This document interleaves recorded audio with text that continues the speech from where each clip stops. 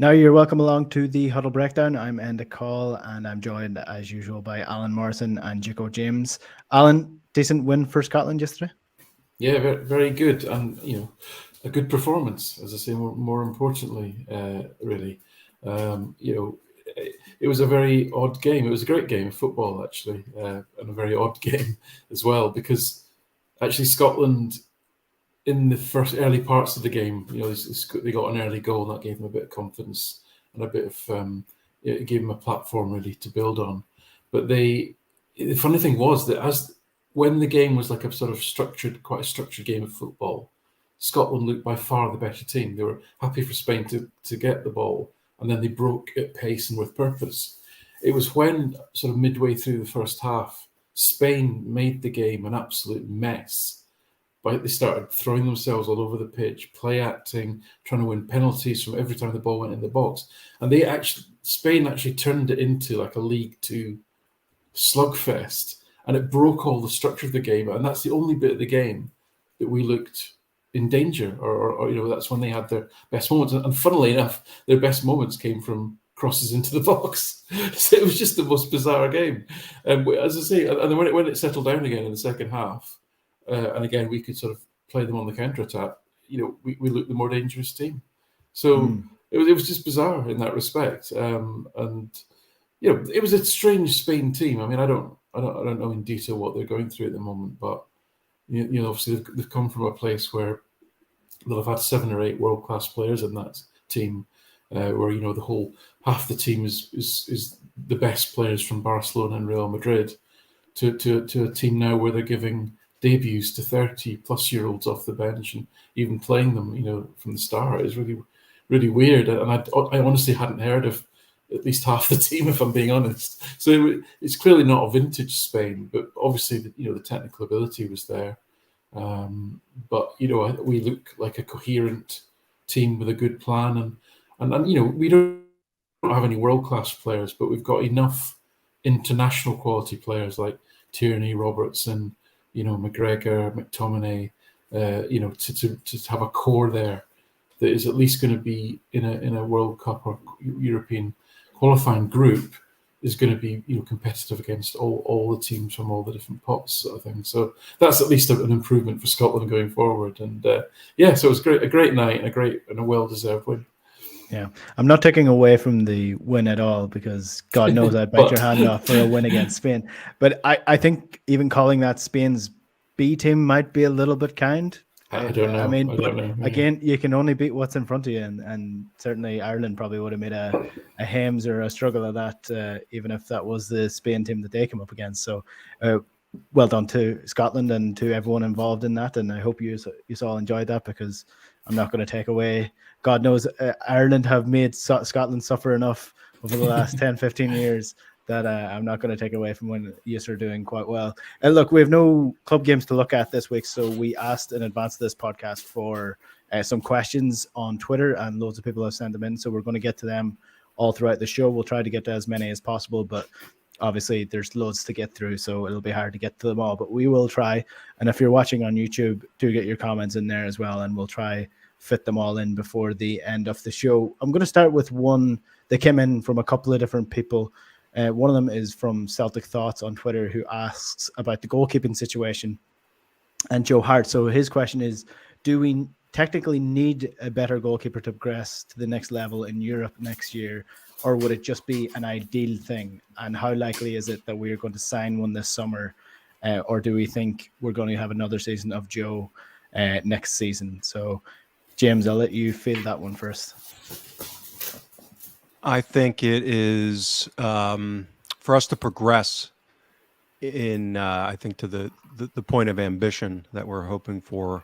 I think we need an upgrade, particularly, and this probably might be counterintuitive, what people might expect me to say, particularly in the shot-stopping situation, meaning that if you look at, and I actually have it up in front of me, so he's approaching 70 games of league data, and he's basically stopping, or he has stopped, about what StatsBomb's model would predict he would. And the reason why, again, I stress StatsBomb is they've redone all their data, accounting for velocity of the shot as well, which I think is hugely important for this kind of metric. So, and that's above and beyond issues with him playing out from the back, from sweeping, coming for crosses, where I think he also grades pretty poorly, or at least below average. So I think he's served the purpose, the role that of stabilizing things as he came in. But and again, it's small sample sizes, but when we've gone up against better teams with better finishers, his shot stopping data has not held up. And again, that logically fits. If you're going to kind of be an average keeper at a Scottish Premiership level, you would think that level of performance would not hold up going up against Champions League level finishers and forwards. So, if we can get a good shot stopping keeper that also is better in those other areas, then all the better. But I think, as Hart has shown, it's not really all that relevant domestically, given how dominant we are. So it really does come down to how we do in Europe at that position. And when you get to that level, the two, and we're going to be an underdog against pot 2 and 1 teams for the most part, and potentially severe underdogs. It's taking your chances, i.e., variance, but also talented finishers and a keeper that might be able to win you a game or two, like Forster showed over the years against a better team or a better opponent. So I don't think that's Hart. I don't think he's displayed that. Even if you go back to his time in Burnley and kind of his post Man City period in Italy, he just hasn't shown that. So I think at his age now, it would be unreasonable to expect that. So yeah, I actually think that's for Europe, along with a midfielder, a box-to-box midfielder, as I've been saying forever now. I think those are the two most important upgrades that we could make. Alan, it's sort of a weird one when it comes to Celtic in what we want domestically versus in Europe, because the job changes so dramatically when you're talking about what is required of a goalkeeper in those two scenarios. In the league, you need someone who's going to be able to apply attacks and start attacks from the back and be good on the ball and have good distribution. But in Europe, that's less important, and what's more important is the shot stopping ability, because you come up against a higher variety and a higher amount of shots throughout the Champions League period against these better sides. So where's the balance there for Joe Hart, and is there enough there for another year, or do you think it's an upgrade that we need? Yeah, I think it's the debate that needs to be had. So I think you're probably at that point where there's sufficient doubt, as James has said. Because I mean, if you take off the table that it's Joe Hart, right? Just forget if you were just to present his data and almost put a hood over his head and who is this player sort of thing, and say this is a Celtic goalkeeper, you would conclude that he's a competent goalkeeper, but really no more.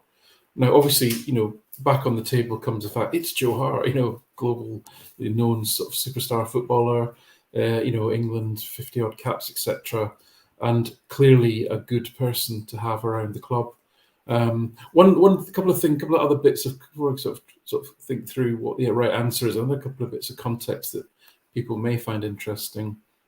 One is that as far as the goalkeeping situation in general is concerned, we've really got sort of 3 goalkeepers that are 30 plus, and you sort of think, well, to what extent do Bain and Seagrass want to hang around not playing at that age if they're going to be a backup to another aging sort of 30 plus goalkeeper? Question, don't know.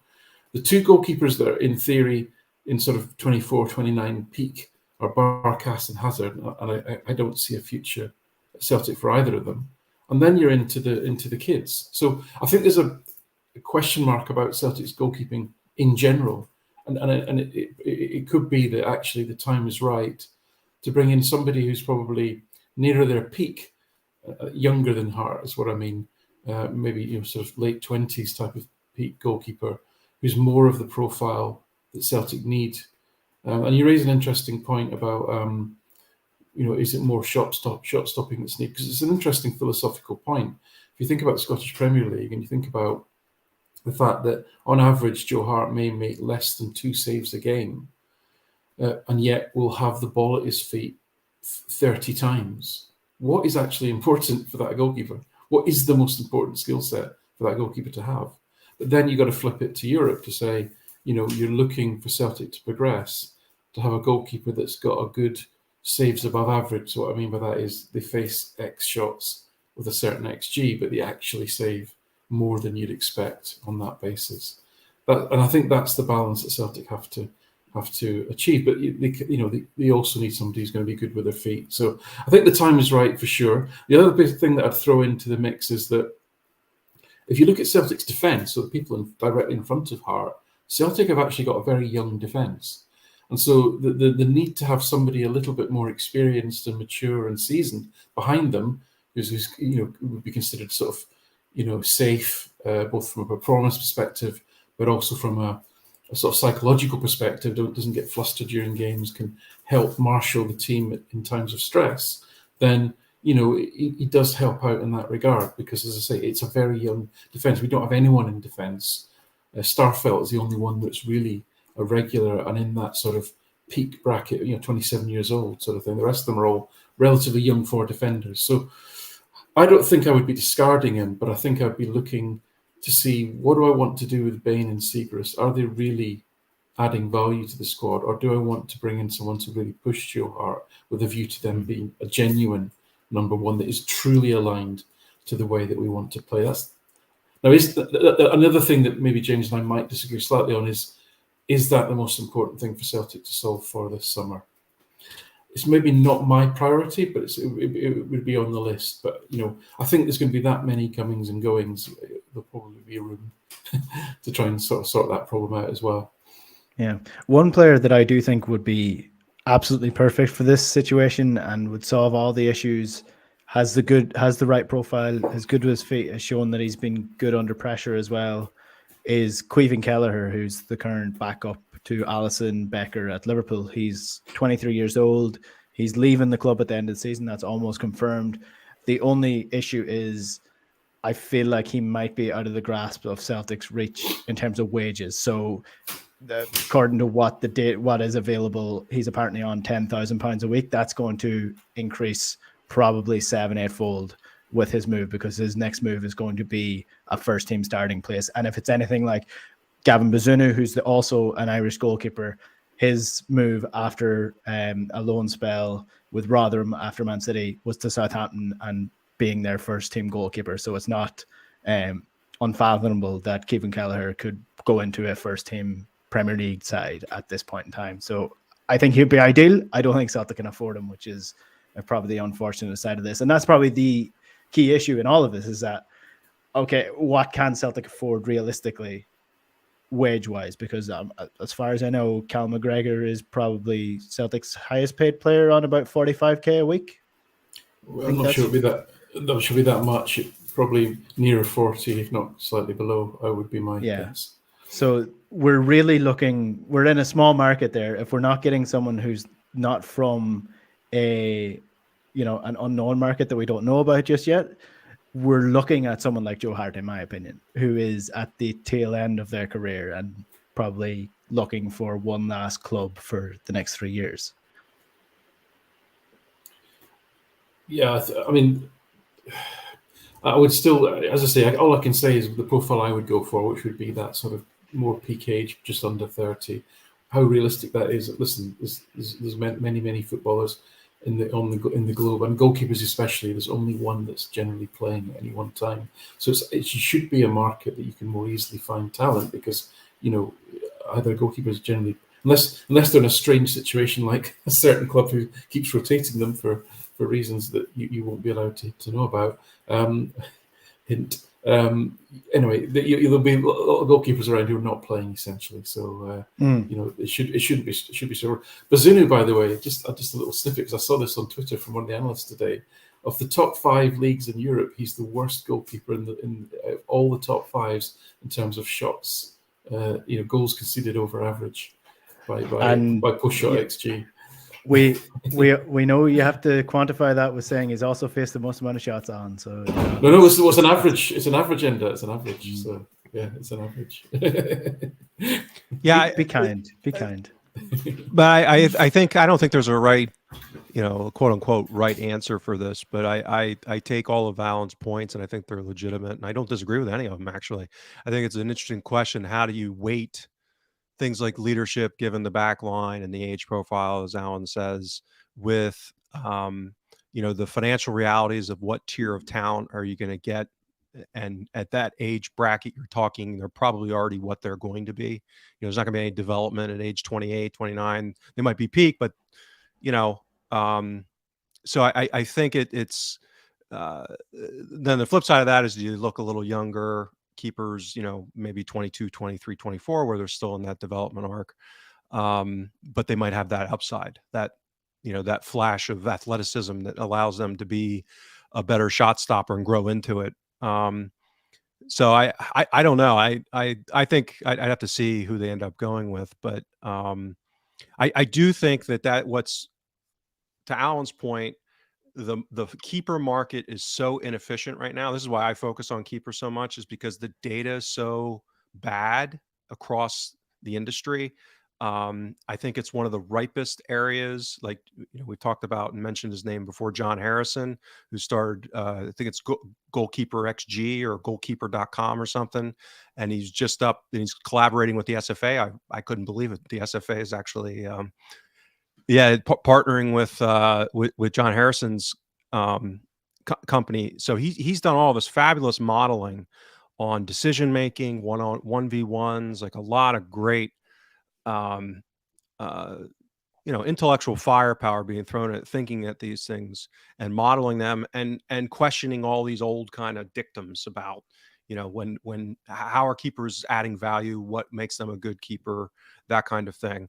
And so I think this is a perfect time to have this issue. And to me, it would be a value proposition rather than the age or the profile, meaning that if you can get someone that is maybe misvalued in the marketplace that fits what you're looking for, and having a more advanced analytical approach to it, I think that would be the way to go. I don't know if that's the way Celtic will go, because they certainly didn't do that with Hart, and they didn't do it with Segrist. So, I still hold out hope, but I think it would be the perfect time to be addressing this position right now.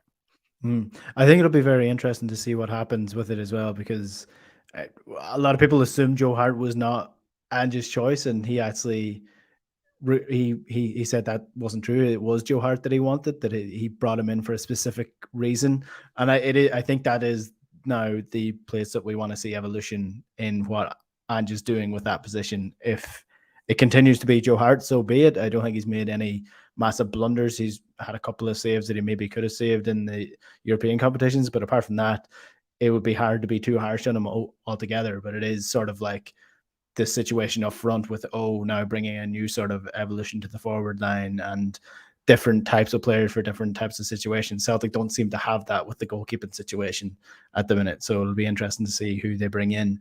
Speaking of markets and operating in different ones, there's been a couple of questions in about the Scottish League in itself and who we would sign if we had a choice, or if there was anybody in the SPFL that we would sign for Celtic. Overall, in terms of positions, a lot of people looking for the midfield though. So Alan, doesn't have to be a midfielder, but is there anybody that caught your eye as a potential Celtic player from the SPFL? It sounds a bit churlish if I say no, but if I'm hesitating and thinking, it's just because I'm giving you my natural, honest response to that question. You can include players from the other side of Glasgow right, to make it a little bit more spicy. Wow. Ryan Jack. No, I'm only joking.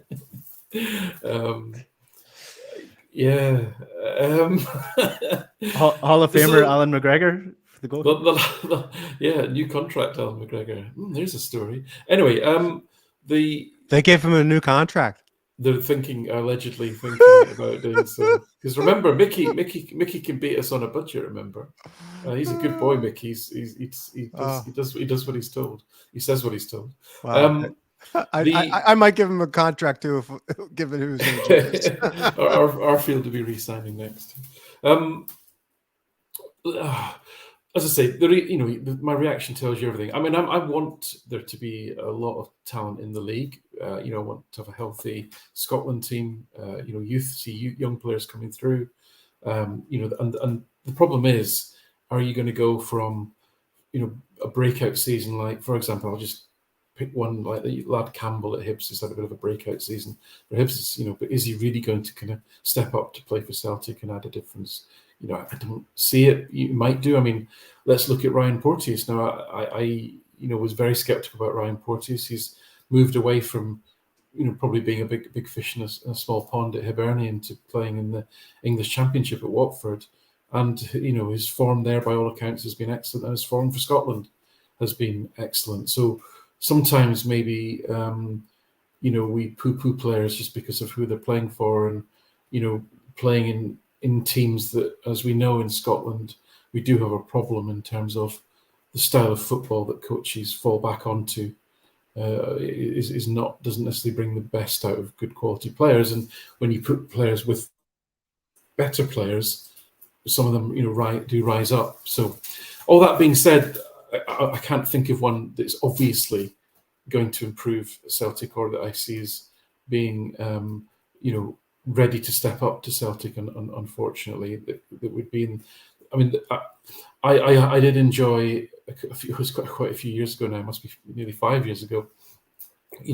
I highly rated John McGinn when he was at Hibs, to the extent that, and you can look at my site, it's fully searchable. Did a detailed scouting report on him, and the reason I did that was because he was a player that I thought looked good enough to play for Celtic. I haven't done one since, so read into that probably the answer to the question. And again, I'm not trying to be smart-arsed about that, because I would love there to be 5-10 young Scottish players, especially that you'd think, oh God, I would love it if Celtic got their hands on them, kind of thing. But unfortunately, I don't see it. They may be there. As I say, Ryan Porteous is a good current example of someone who could blossom in a different place. Anyone from you, James? Yeah, I'd agree with Alan. It's a bit of a stretch. So if you put a gun to my head, I mean, I'd need a more fulsome amount of a data sample on him. But I think before he got hurt, Roos, I mean, he's a little old for me. Again, he's 31. I doubt that the hidden gem in the world is at Aberdeen. But I think he showed before he got hurt some ability that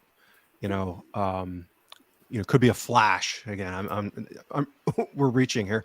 Well, probably one of the younger players that I've been impressed with, both by the eye test, but also, and again, I don't think he reaches the level, but would at least be someone to keep an eye on is Levitt at Dundee United. I think he's been an interesting young player, and performing at a pretty decent level given his age. And the other one I was going to mention, well, there's two more I'll mention. One will be controversial. I agreed, Porteous. I was a big fan of him, with the caveat of between the ears. So, maybe he matures into getting less in his game. And if he's able to do that, I think his raw materials and his vision and his athleticism at the center back position, I thought he could be, actually someone who could play at Celtic. Maybe not a lockdown starter, but I thought he'd be at least as good as Welsh, probably an upgrade. Is how I've kind of seen him. The last one I'll throw in there will be the controversial one. Is I think with Ange as his manager, I think Malik Tillman would be a good player in our system, and that he has the size, speed, and athleticism. I don't know. Maybe he's a head case. I have no idea about what kind of a person he is as far as a teammate, that kind of thing. But just from the raw material I've seen and what he's posted so far in Europe on a bad Rangers team in Europe, and playing in what's been a fairly volatile team as far as playing at Rangers this season overall, with all the changes and everything, I think he would be, the one player on their team that I would say, okay, like I wish we kind of had him. That would be him. But that's it. Liam Scales or Johnny Hayes for me, to be honest. I think Never give up. Never give up. You know what? And bless Johnny Hayes, man. It's still going. He's still going. You know what? Yeah, he is. And it's every time I see him, I still think, man, he's fast. Like it's gotten worse when it ends up at the end of the fast part, and he's not as fast as he was. Listen, it's the year 2050, and Johnny Hayes, Stevenson, and Hanlon of Hibs are still playing in the SPFL. Yeah, Johnny Hayes is a bit like James McLean for me. He's just like an athletic freak. Like there's still chat of James McLean being like by far and away the fittest player in the Irish setup and in the Wigan setup as well. He's just a physical freak, and I feel I get the same vibe off Johnny Hayes, that he's just one of these guys that is able to maintain an insane level of fitness, and that has probably helped him maintain a position at a high enough level of football for a long time. I mean, that's sorry, Enda. I just want to say, so I mean, that's the problem, right? Johnny Hayes is a great case study of what we're talking about here, because when he went to Celtic, he was a clear standout for Aberdeen, who were at that time the second best team in the league. You know, and a good Aberdeen team. That 15, good Aberdeen 16 team, up until was really absolutely really good. It's scored 15 goals, 24 assists. Insane, like 24 assists or something like that. You know, and he gradually improved up to that age, and then he went to Celtic, and you know, he wasn't a disaster, but he was literally a squad player. He was a filler in. And he was someone that you could come in and do a decent job if needs be, but he was never going to be a locked-in starter. And that's the problem. That is a good example of, you know, trying to judge, can you make that sort of step up? Yeah. Well, I was going to go to a next question, but that sort of leads on to a slightly cruel question, and I'm not sure I really buy it myself. But is there a chance that David Turnbull could be that now that we have 4 other competent midfielders and we didn't have that when he came to the club? Could be that. I'm not sure I understand the question. So David Turnbull, clearly a standout player for his previous club, obviously got that injury and came into Celtic, and he was a savior at Celtic in a season that Celtic were not doing very well, but now they are, and now they have better midfielders, and David Turnbull is suddenly out of the team and suddenly not a fan favorite anymore. So like, is there a potential that he could just be a squad player? I think the answer is yes. I don't think he should want that. I mean, if I were David Turnbull, that's not how I'd want my career to go, because he's not going to play that much, and particularly given his age. And I think he could be serviceable in a different style of play at a a decent level. I mean, that I think the way we play just does not suit his athletic profile all that well, and it doesn't highlight his strengths versus weaknesses as well as kind of a better system could in that regard. I don't think it's fair to compare him to Johnny Hayes. I mean, I think he's a tier higher than that.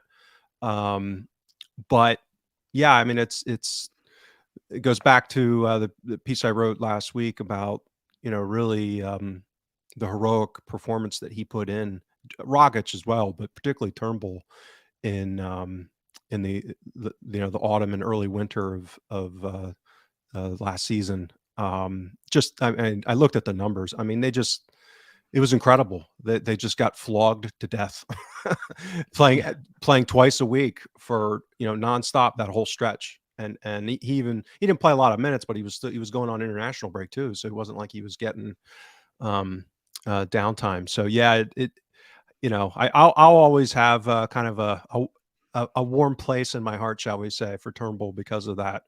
But yeah, I don't think he's there's a saying, again, use a baseball analogy. There's what they call, there's the minor leagues in baseball go A, AA, AAA, and then you get to the big leagues, right? It's kind of like the pyramid of baseball.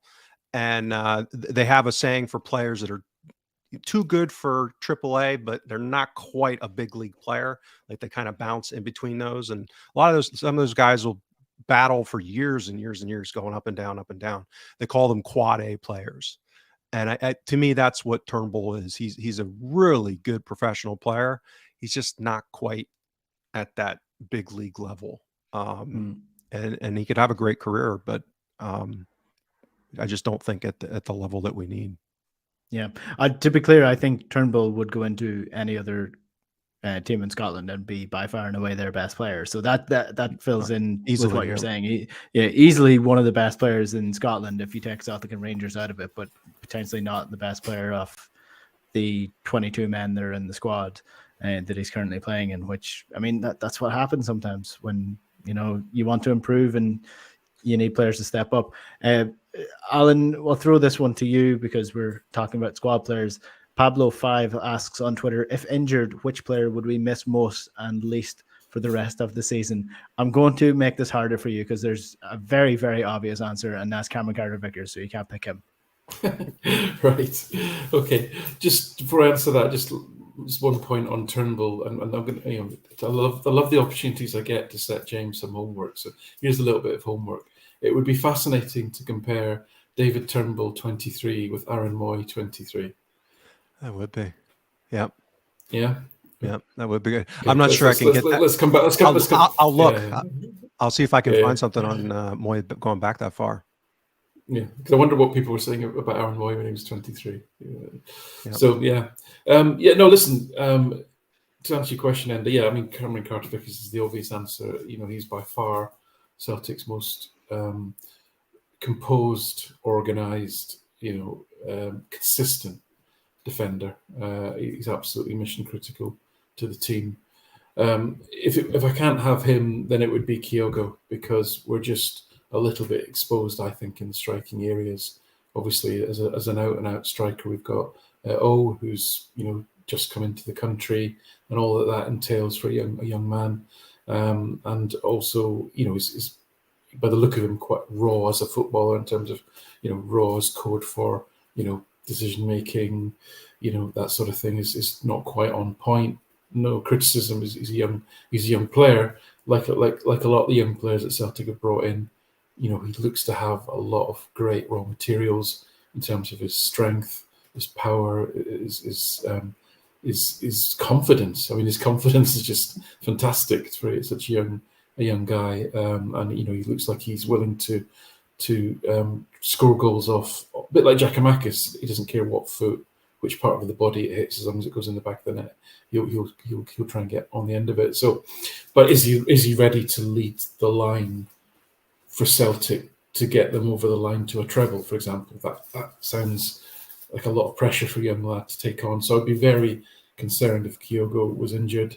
I think we would probably put Maeda up there if that happened, which wouldn't be a disaster, but it's probably not quite as optimal as Kyogo, obviously.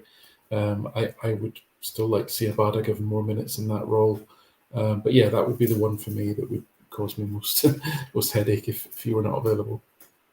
Quick fire one for you, James. Yeah, I'd agree with that. I'll throw out another name that's probably not as obvious, and it's a more involved explanation. But I'll keep it brief. I would be worried if Taylor goes out, more so because if it's Bernabé, I think the risks there. Because again, we're talking about something. Things have to go really wrong for the league to be in jeopardy, and something to go really wrong would be kind of a brash red card or like some really bad mistakes. And I think he's shown a little bit of volatility in the way he plays, where I could see him kind of losing his head or having a rash tackle, getting out of position, that kind of thing. Like he's had some. He's been kind of a high risk, high reward type of player, and that's been the nice part about Greg Taylor. Where again, I don't think he's good enough for Europe longer term, but he is rock solid. Like what you're getting with Taylor, and generally speaking, domestically, that means not a lot of downside. So that would probably be my other more nuanced concern. But I think Kyogo's the other obvious one. Mm-hmm.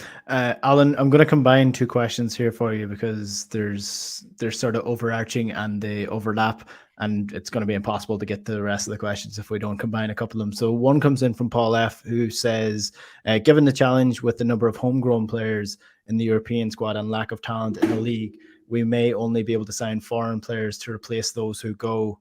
Who would you be open to sell in order to upgrade the team, and which positions would you focus on? And we'll tie that in with a couple of people who are asking about the loanees. Are there any loanees that are currently out on loan that we could bring back that you think would be able to step up into the main squad next season? I'll mute myself, sorry. Yeah, just going through the loanee list then to begin with. I think there's some that we can not spend a lot of time on. So if I go through the list of those on loan, I would posit that probably Barkas, Scales, Sorrow, Ayeti, Shaw I doubt have got any future really at Celtic. The ones who I think there's more of a question mark on are Montgomery. He's a young player. He's actually following a path that Celtic have used a little bit recently, whereby a young player goes on loan to a Scottish Premier club. So Anthony Ralston went to St Johnstone as well. Chris Ira went to Kilmarnock, and those were successful loans. The players developed in the sort of more pressurised relegation zone, I suppose, of the Premier League. And Montgomery has actually played 19 games for St Johnstone in the league. He started 16, I think. So 13 maybe. It's 13 games out of 19. So he's had a good crack at it. So I don't know. I can't comment on what his form has been like, but there may be a possibility that he gets given more time to develop. I think Mikey Johnston's an interesting one because obviously he was actually given an extended contract out to 2026 and then sent on loan to a Portuguese Premier League side, which I think is a really exciting opportunity for him. And it started really well. He was a regular starter for Vitória Guimarães, I think it is, in Portugal.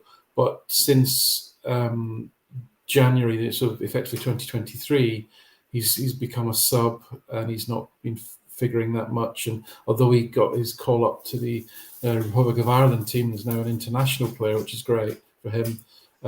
He's not figuring as much for his club side as he was. So has he really been enough to show Celtic that he's ready to?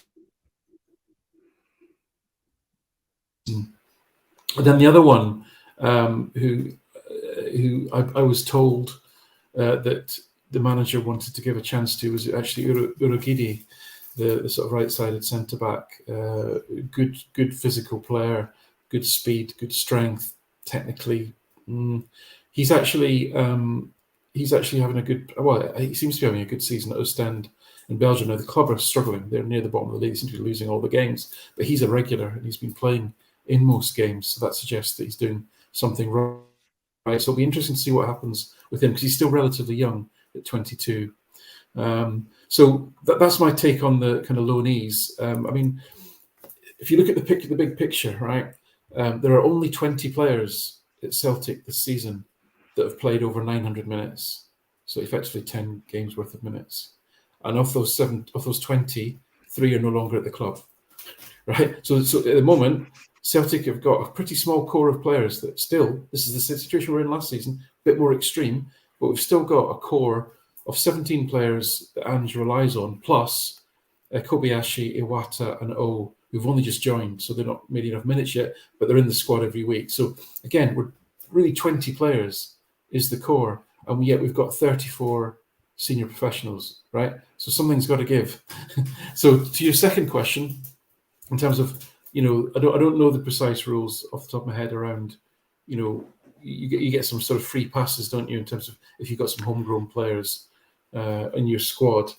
The problem I think we've got, or the problem that I think there is at Celtic, is that there are some players, Stephen Welsh, James Forrest, Turnbull, Bain, Mikey Johnson. Well, not Mikey Johnson anymore. He's obviously declared for Ireland, but it would still qualify as a homegrown player, who are really not. And even James McCarthy, I think, another one who would yeah. For British clubs, it's Britain and Ireland. It includes. Yeah. So we've got a group there of players who are senior professionals on first team contracts who are of an age that I'm sure they'd all want to be playing regularly, that I don't see them being in Ange's core, right? And they're all homegrown. So I think there's some tough decisions to be made there. I suspect Forrest may well be a lifer. Maybe Forrest is happy to have his role as essentially fifth choice winger. I'm not being disrespectful. I'm just telling you the facts. Those are the facts. If all the wingers are fit, James Forrest is not in the 20-man squad, 21-man squad for a game, right? I can't change that, much as people might not like that. Okay, so there's some tough decisions. Welsh has pretty much been usurped by Kobayashi. I think Turnbull, again, if we stacked up our number 8s, I think Turnbull would be at the bottom of that list in terms of selection. So is that what he wants? I think James is right. If I was Turnbull, it's probably not where I'd want to be. Mikey Johnson, I personally, because his developmental needs are nearly all decision making, and I don't see the evidence that it's improving. I don't see a future from an elite club like Celtic. It's just my honest opinion. So I think there's some homegrown players there that are, dear to our hearts for sure. That I think are going to have to be some tough decisions made in the summer. It's just my take.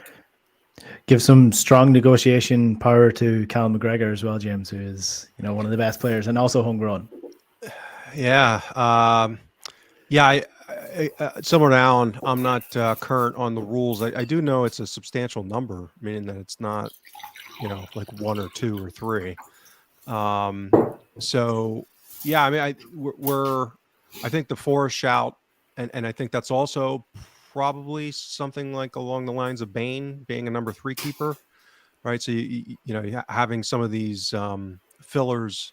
Even McCarthy, because again, he's probably just not going to be a marketable contract and player. So you can have some players that are going to be filler for meeting that homegrown requirement. But I know that was part of the discussion surrounding Welsh last summer. That part of the reason that they may have retained him for another season rather than sell him for, which for him, I think at the time was like $2 million or something. So it wasn't like nominal money. So we're not flush in that regard. So it's if there's going to be outbound like Welsh, like Turnbull, I'm not sure what the answer would be because I'm not sure if we have much. Maybe I think the one center back on the B teams, and there's been a couple other guys have had as we'll say, a cup of tea, and Summers I think was in the squad. So I guess you could. Yeah, Lowell's the one they've got hopes for. I think it's centre back. Right. Yeah. So maybe they would, again, be depth on the European roster. But again, those are players that probably aren't ready to contribute much, if at all. So are you comfortable with that kind of depth in Europe? That becomes an interesting question. It'll be an element that'll be, I think, interesting to see how it's approached in the summer. Yeah.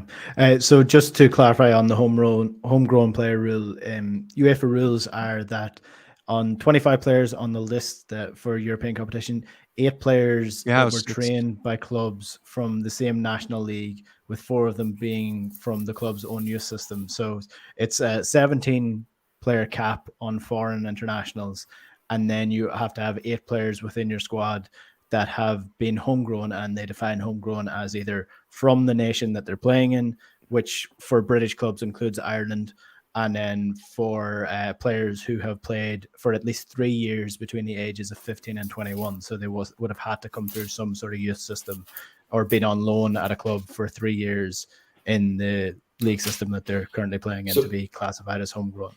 So if we keep Forest, then we can get to 8, and that's without adding any kids. Because we assuming the goalkeeper situation doesn't change, because we've got Hart, Bain, Siegrist, because I think he's not homegrown though, is he? He's been no. Okay, maybe Hart, Bain. You've got Ralston, Taylor. You've then got McGregor, Forrest, O'Reilly. So yeah, I think that's 7, isn't it? Hart. Yeah. Oh, Moy was a young player at St Mirren, wasn't he? I don't know. He spent most of his young football years in the UK, I think. Don't know. Not 100% sure, but yeah, it's going to be tough, and it's probably something that is. I mean, if we're thinking about it, the club are probably thinking about it as well. Let's be honest. Just to get to another couple of questions, sticking to Europe, I guess, is a theme that a lot of people are asking about. And James, I guess the question that everyone's been asking all summer or all season even have been what position do Celtic need to strengthen in the most to make progress in Europe and in European football? And I'll double that up with a question that came in on YouTube from AJSC Tech, who asks, what can Ange learn from Scotland's win over Spain last night, from winning comfortably with 25% of the possession during the game? That's a topic we've talked about a lot, and I think we probably will all the way up until we get to the, hopefully we get to the group stage next season. You know, as we've discussed the last couple of weeks specifically, and I've said that I think this whole question of pragmatism gets overplayed. It's a little overwrought, and I think Ange was flexible in how he approached things. We didn't press balls to the wall like we did against Leverkusen and Real Betis in the prior season. And to me, that seemed to be intentional and well thought out, and to a degree smart. But even within that context, we still gave up a lot of chances and a lot of goals. So I suspect we'll see more of that, meaning tweaking around the edges rather than some wholesale shift in how we're going to play. I just can't envision. I mean, that style of play and being a quote unquote underdog like Scotland was yesterday, that is vintage Clark. Like, that's what his style of play and the type of manager he is. He's tailor made for that. So I think, you know, he's well suited for that job, and also relative to the personnel that, you know, Scotland have available to him. So, you know, they win a lot of kind of low shot, low volume of chances type of games that when they've gotten their good results, you know, and again, that kind of echoes from his time at Kilmarnock, not surprisingly. So yeah, we're not going to go anywhere near that direction, nor do I think we necessarily should.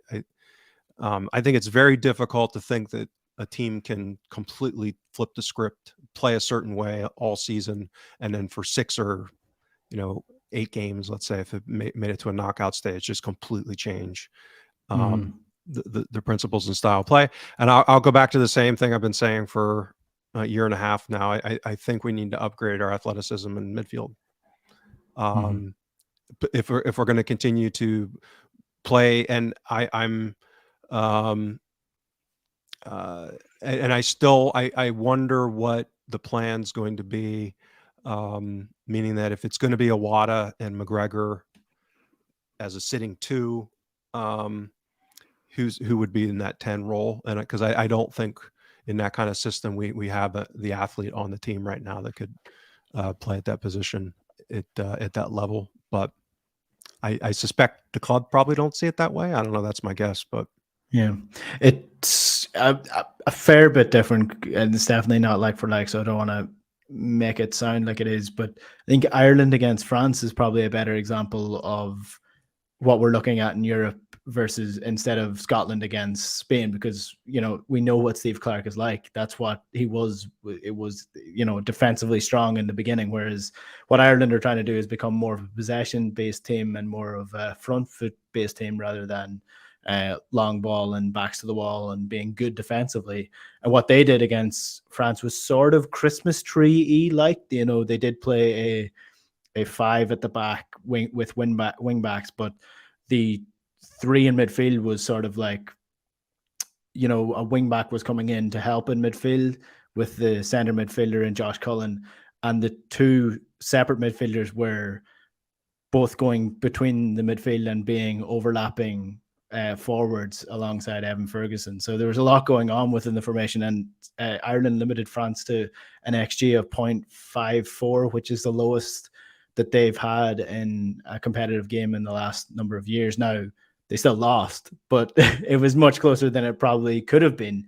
And I guess that was pragmatism without sacrificing everything that you're looking to do progressively on the pitch. And maybe, Alan, that's what some Celtic fans are looking for, is that little bit of give from Ange, whereas he doesn't want to give up his principles, and that's fair enough, and you respect that. And you also need to test your game plan against the best to improve against other teams. But a little bit more pragmatism wouldn't go amiss. Yeah, I wouldn't disagree. I think with the premise, I just, as James says, I just think the discussion gets framed not quite accurately in my mind, because people think it's a choice between one end of the spectrum, where you're just like got this all-out, 10-man attack versus parking the bus, and it isn't that, right? Right. There is a spectrum, clearly, right? So what Ange's not going to change some core principles, right? He will believe that the best way to beat Real Madrid is to score more goals and to put them under pressure, make them make mistakes, and score goals against them. And that's oversimplifying, but he will not change that. But I mean, I agree with James. He did make tweaks this season.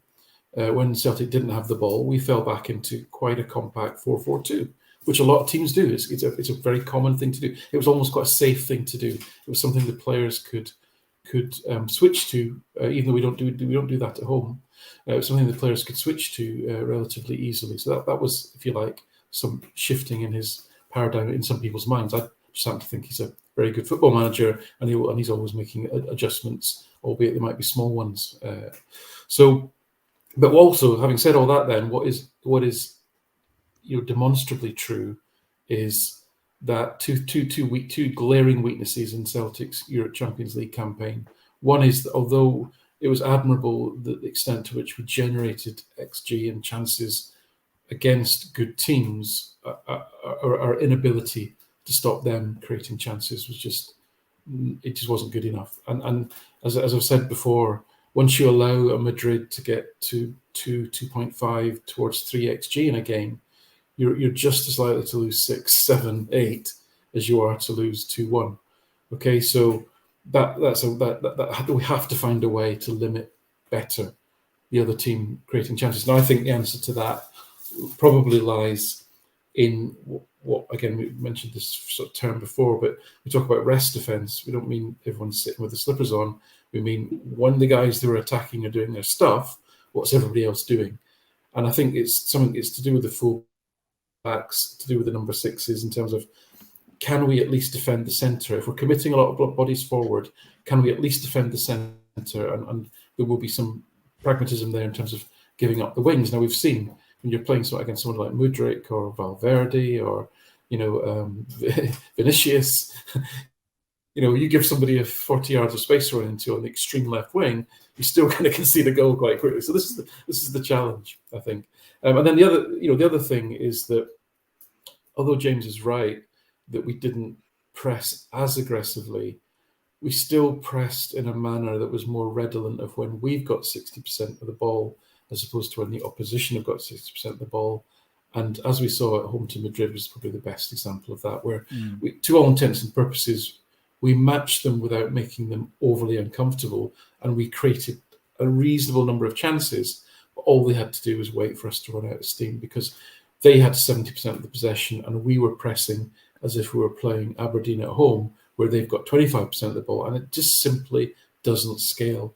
So we have to find a way to tweak a couple of things. One is just to be solid in transition when we lose the ball, while still committing players to attack, and second is to be more selective about our pressing and what the triggers are and the scenarios under which we'll press. Now, both of those improvements are very difficult because they're all about collective decision making.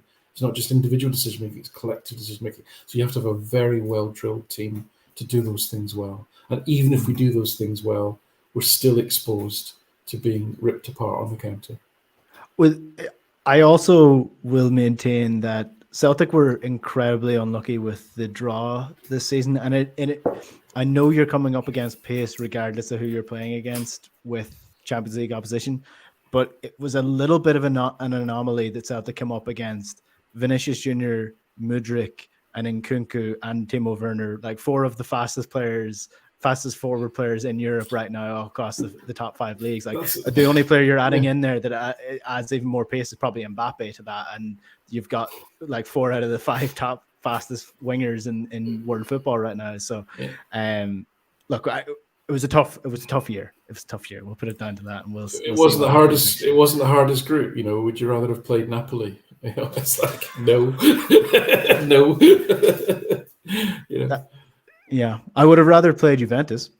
Well, I would. There are plenty of Yeah. there are plenty of teams where I think Celtic would have got a result against. We were just, Listen, I'm not, yeah. It was a good draw. I mean, listen, poor old Shakhtar obviously had to play in Poland and all the issues that they've got in their lives. Leipzig were a mess. Well, Leipzig looked like a great draw until they sacked their manager the week before. And we probably all secretly hoped that Madrid were just another year older and maybe not quite as good as they were, but that isn't the case. Just to finish up then, we didn't get to all the questions. I think we got to most of them, though, that have come in on Twitter at least. We're nearly at the hour mark here, so we will wrap it up now shortly. I think this was more for you, James, because you're the American, the Yank that's part of this podcast. So FPL, allegedly. FPL Matrix asks on Twitter, interested to hear your thoughts on the useful raw measurements to understanding player development. So 40-yard dash, broad jump, etc. Should football take a leaf out of the NFL's book and look at placing more value in measuring and contextualizing info as the game gets more athletic? So this is the combine that happens every year. If people don't know what it is, if you want to explain it. Yeah, for the NFL, they treat the players like cattle, and I think it's great. It's a fucking great watch. It's crazy. But yeah, they do all kinds of physical tests, and they actually put them through all kinds of cognitive tests too, personality tests. Do a lot of stuff. So it's held in Indianapolis I think it's February for 3 days maybe. But yeah, so I think that the some of those raw data, the athletic, like the broad jump, how high people can jump in the air, vertical, flat out 40 times, that kind of stuff. Those are useful, I think. But there's also issues of how do they translate into actual play. So you have people that play fast or play slow relative to the raw data, because sprinting is not the same as playing where you're having to make real-time decisions and all. So I think it's a good tool to have as far as a broader process. I think the challenge people have is, with global football or even just European football, is that there's no real central database of this kind of stuff to get access on everybody. So that's why you can, like one of the simple ways that I've done it. And, when I was looking at the Japanese league, when there was, I think it was rumors that we were signing Kyogo, and I did my benchmarking thing that I'll do. And one of the things I do in the Y Scout data is they have something called progressive run, which is, just picking up the ball and carrying it X amount of yards on the pitch to advance the ball. And then they also have a metric called acceleration, which is more of an explosive run. And I calculate a ratio of those two, meaning that, any schlep playing, Carl Starfelt has a ton of progressive runs playing at Celtic because he's running out in the middle of nowhere and there's no one near him, and he just traverses up the pitch. I would not consider him to be, a top-notch ball carrier with elite speed, that kind of thing. So this was one statistical measure, just this simple ratio, and it, not surprisingly, I do kind of a global ranking of this kind of stuff. The guy in the Japanese league that stood out crazy is the guy who's at Brighton now, and I tweeted about it at the time. Mitoma, yeah, and I think they got him for $3 million, which was crazy. And I highlighted at the time, like, this guy ranks across the board. Like, he was by far the standout data person in the J League. Not surprising that Brighton was all over him. But that specific measure across all, like, I don't know, 10,000 players in Y Scouts database, he was in the top 20 globally. And another guy who's in that is Jeremy Frimpong. So again, that's the level when you see that kind of just raw speed and it translates into the game. It's not just I have a good 40 time.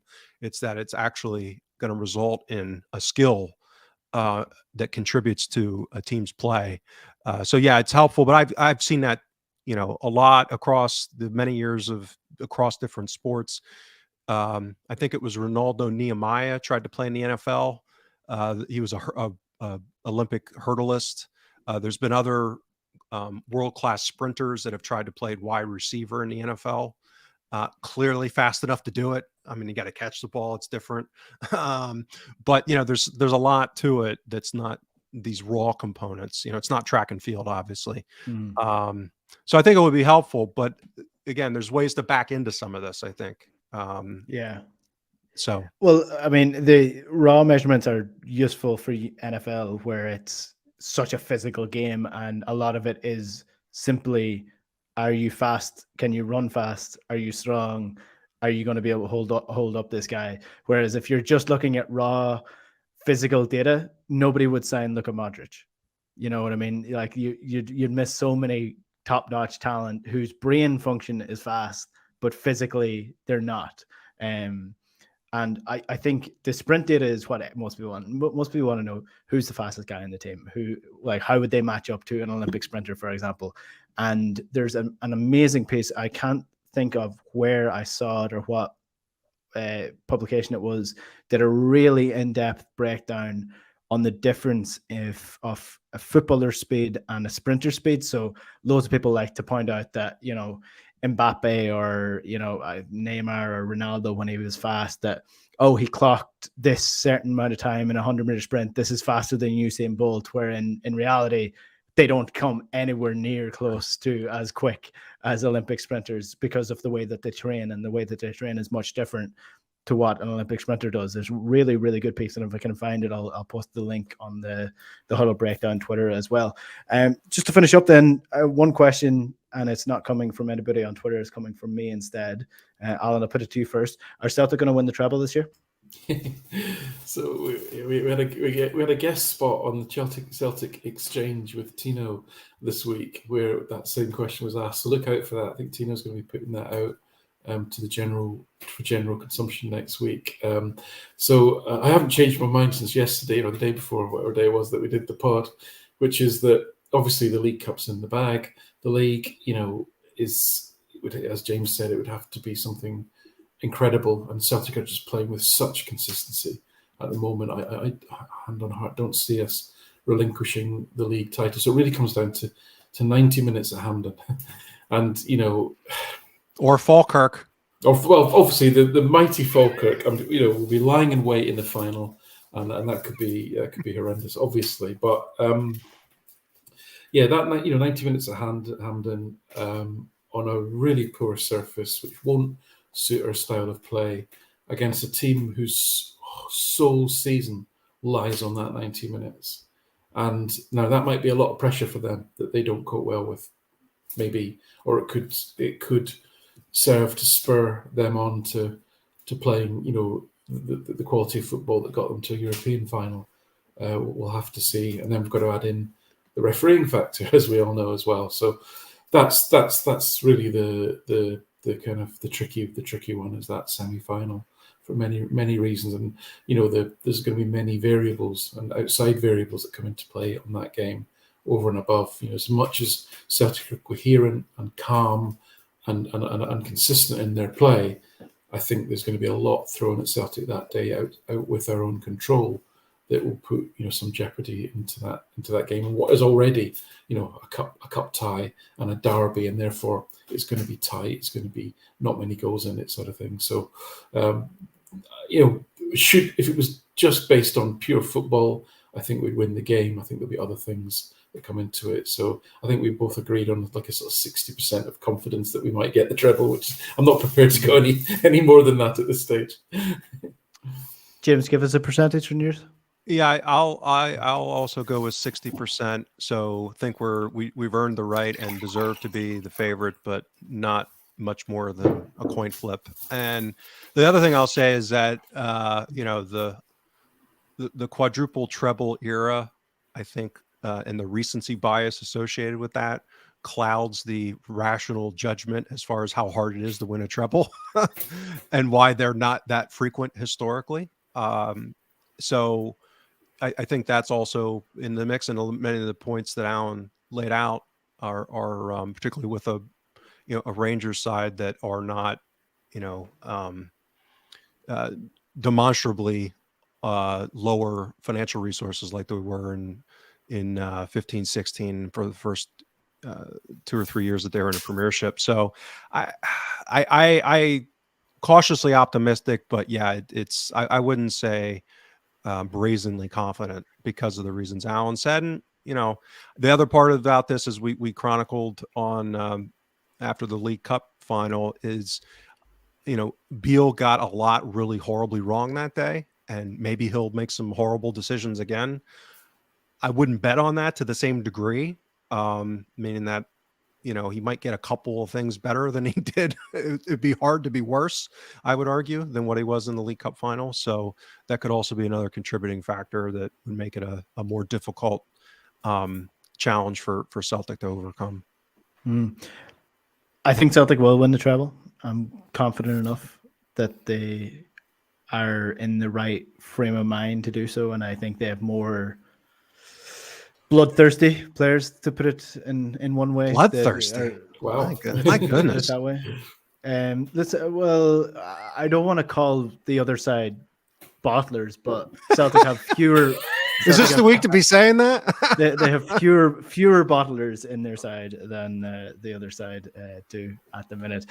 One question I do want to finish on before we finish up, I'll answer it because I can have a strong enough opinion on it, and that is one from Nicholas McDade, who asks, what is a success in Europe for Celtic? Europa League final, last 16, Champions League.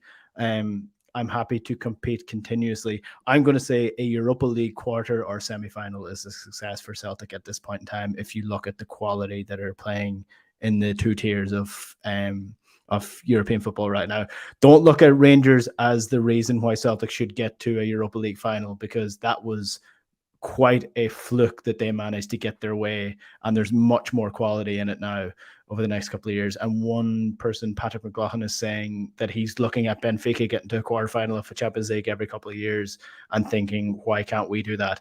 The reason we can't do that is because we don't have a free tap into the South American market and sell a player for 100 million every couple of years. That's why we can't do what Benfica are doing. It's a completely different animal. So that's my opinion. I don't know if you just want to chime in on that before we finish up. I'm a little bit more circumspect. Winning a knockout tie would be a successful season. Let's start. Well, I mean, let's start with a single of course, step. that's a success. Yeah. Let's start with a single step. I'll agree with both of you. I would say if we got out of the group in Champions League, obviously, I think that would be a success. And then, winning a knockout and making a run in the Europa League, I think that's kind of my base case. I mean, that season to season, I think we should be finishing at least third in Champions League and having a shot at getting deep into the Europa League. That's not going to last long. Just look. Well, at right. It's not going to be around much longer. Right. Look at the Europa League this season. I mean, Arsenal, top of the Premier League, are knocked out. Feyenoord, Roma, Juventus, Sporting, Man United, Sevilla, Leverkusen, and Union from the Belgian league. So you're like, any of those teams could have been playing Champions League over the last number of years and still could. So I think it's unrealistic to think that Celtic are competitive in the Europa League to the point where they're competing for the title. But yes, as Alan says, winning a knockout game, which we have not done in 14 years. We need to crawl before we walk, Enda. Yeah. That's what I'm putting as my success story for Celtic in the European football this year under Ange, or next year under Ange. That's where we'll park the show for this week. Thanks a million to everyone who got in touch before the show, sending us in loads of really good questions that made this podcast this week possible, because let's face it, we did not have anything planned to talk about this week, and you really made our job a lot easier this week as well. So keep the comments and questions and anything coming on the YouTube channel, and if you're not subscribed, do hit the subscribe button as well. We will have a game to talk about next week. We'll have the Ross County game, which is coming up in 3 days time, and we will have a derby match to look forward to as well. So loads to come next week on the Huddle Breakdown, but until then, we'll chat to you later. Good luck.